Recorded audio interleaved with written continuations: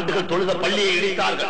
ஆனால் தீவிரவாதிகள் வாழ்கிற காஷ்மீரிலே வைஷ்ணவ தேவி கோயிலை இன்று வரை அந்த தீவிரவாதிகள் இடிக்காமல் வைத்திருக்கிறார்கள். அந்த காஷ்மீர் தீவிரவாதிகளுக்கு என்னுடைய வீர வணக்கத்தை செலுத்த நான் தயங்கியதில்லை. இந்த தேசிய வேடம் போடும் அயோக்கியர்கள் 400 ஆண்டு நான் தொழுத பள்ளியை இடித்துவிட்டு கல்லு பிள்ளையார் மாதிரி இந்த நரசிம்மராவ் போன்ற அயோக்கியர்கள் அமர்ந்திருக்கிறார்கள். இடித்தவன் பாரத் மாதா, ஏக் மாதா, அந்த மாதா, இந்த மாதா ஊர்வலம் வர்றான், இடிச்சு போட்டு.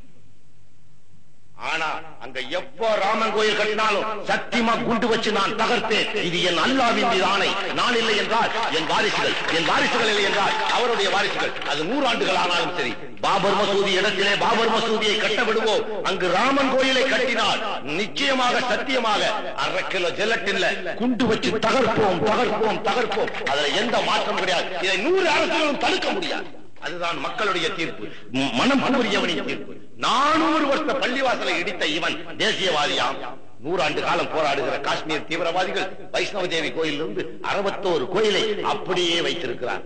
ஒரு கோயிலையாவது காஷ்மீர் தீவிரவாதி இடித்ததாக ஒரு நிரூபணம் காட்ட முடியுமா? யாராவது சொன்னால் 10 லட்சம் ரூபாய் தருகிறேன்.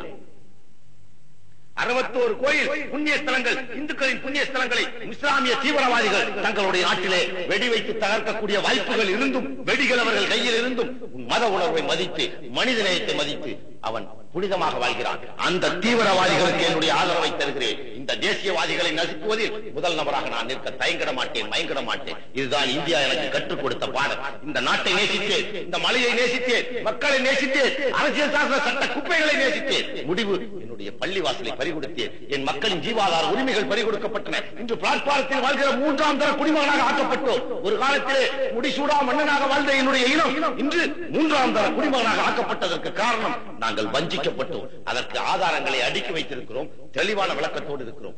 இன்று எங்களுக்கு தெரிந்துவிட்டது யார் எதிரி யார் நண்பன் என்று. இஸ்லாமிய மக்களே, உங்களுடைய எதிரிகளை, நண்பர்களை, துரோகிகளை நீங்கள் பாகுபடுத்த ஆரம்பித்து ஆதரவு கொடுக்க துணிந்து வாருங்கள். அந்த